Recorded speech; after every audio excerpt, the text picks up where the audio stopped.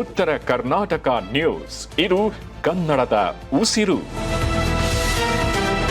ಪಶ್ಚಿಮ ಏಷ್ಯಾದಲ್ಲಿ ಅಮೆರಿಕ ಮತ್ತು ಇರಾನ್ ನಡುವಿನ ಸೇನಾ ಸಂಘರ್ಷವು ಈಗ ತುತ್ತ ತುದಿಗೆ ತಲುಪಿದೆ. ಇರಾನ್ ದೇಶವು ತನ್ನನ್ನ ಹತ್ಯೆ ಮಾಡಲು ಅಂತಾರಾಷ್ಟ್ರೀಯ ಮಟ್ಟದಲ್ಲಿ ರಹಸ್ಯ ಸಂಚು ರೂಪಿಸುತ್ತಿರಬಹುದು ಎಂದು ಅಮೆರಿಕ ಅಧ್ಯಕ್ಷ ಡೊನಾಲ್ಡ್ ಟ್ರಂಪ್ ಬುಧವಾರ ತಡರಾತ್ರಿ ಅತ್ಯಂತ ಆಘಾತಕಾರಿ ಹೇಳಿಕೆ ನೀಡಿದ್ದಾರೆ. ಟರ್ಕಿಯ ಅಂಕಾರಾದಲ್ಲಿ ನಡೆಯುತ್ತಿರುವ ನ್ಯಾಟೋ ಶೃಂಗಸಭೆಯ ನಡುವೆ ಪತ್ರಕರ್ತರೊಂದಿಗೆ ಮಾತನಾಡಿದ ಟ್ರಂಪ್, ನಾನು ಇರಾನ್ನ ಪ್ರಮುಖ ಮತ್ತು ನಂಬರ್ 1 ಗುರಿಯಾಗಿದ್ದೇನೆ. ಇರಾನ್ ನಾಯಕತ್ವದ ಕೆಲವು ಶಕ್ತಿಗಳು ನನ್ನ ವಿರುದ್ಧ ಸೇಡು ತೀರಿಸಿಕೊಳ್ಳಲು ಹೊಂಚು ಹಾಕುತ್ತಿವೆ ಅಂತ ಗಂಭೀರ ಆರೋಪವನ್ನ ಮಾಡಿದ್ದಾರೆ. ಕಳೆದ ತಿಂಗಳಷ್ಟೇ ಕತಾರ್ ಮಧ್ಯಸ್ಥಿಕೆಯಲ್ಲಿ ಮಾಡಿಕೊಳ್ಳಲಾಗಿದ್ದ ಮಧ್ಯಂತರ ಕದನ ವಿರಾಮ ಒಪ್ಪಂದ ಈಗ ಸಂಪೂರ್ಣವಾಗಿ ಮುರಿದು ಬಿದ್ದಿದೆ ಎಂದು ಟ್ರಂಪ್ ಘೋಷಿಸಿದ್ದಾರೆ. ಇರಾನ್ನ ಪ್ರತಿದಿನವೂ ಒಪ್ಪಂದಗಳನ್ನ ಉಲ್ಲಂಘಿಸುತ್ತಿದೆ ಎಂದು ಕಿಡಿಕಾರಿದ ಟ್ರಂಪ್, ಈಗ ನಾವು ಇರಾನ್ ಮೇಲೆ ಕಠಿಣ ದಾಳಿ ನಡೆಸಿದ್ದೇವೆ. ಇಂದು ರಾತ್ರಿಯೂ ಅವರ ಮಿಲಿಟರಿ ನೆಲೆಗಳ ಮೇಲೆ ಮತ್ತಷ್ಟು ಭೀಕರ ದಾಳಿ ನಡೆಸಲಿದ್ದೇವೆ ಎಂದು ಯುದ್ಧದ ಮುನ್ಸೂಚನೆಯನ್ನ ನೀಡಿದ್ದಾರೆ. ಇರಾನ್ ಜೊತೆ ಶಾಂತಿ ಒಪ್ಪಂದ ಮಾಡಿಕೊಳ್ಳಲು ಪ್ರಯತ್ನಿಸುತ್ತಿರುವ ಅಮೆರಿಕದ ರಾಜತಾಂತ್ರಿಕ ಅಧಿಕಾರಿಗಳ ಬಗ್ಗೆ ಹತಾಶೆ ವ್ಯಕ್ತಪಡಿಸಿದ ಟ್ರಂಪ್, ಆ ದೇಶದೊಂದಿಗೆ ವ್ಯವಹರಿಸುವುದು ಕೇವಲ ಸಮಯ ವ್ಯರ್ಥ. ನಮ್ಮ ಅದ್ಭುತ ಸಮಾಲೋಚಕರು ಬಯಸಿದ್ರೆ ಮಾತನಾಡುತ್ತಿರಲಿಲ್ಲ,